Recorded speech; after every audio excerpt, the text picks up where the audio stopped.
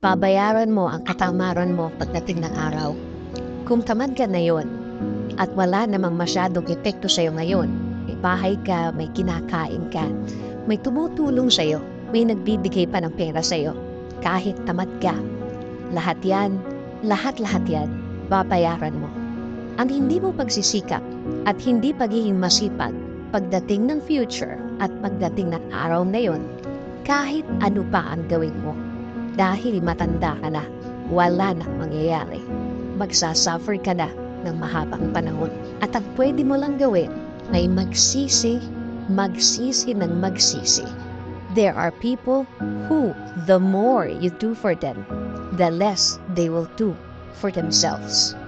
Sabi nga sa Proverbs 13:4, the soul of the lazy man desires and has nothing, but the soul of the diligent shall be made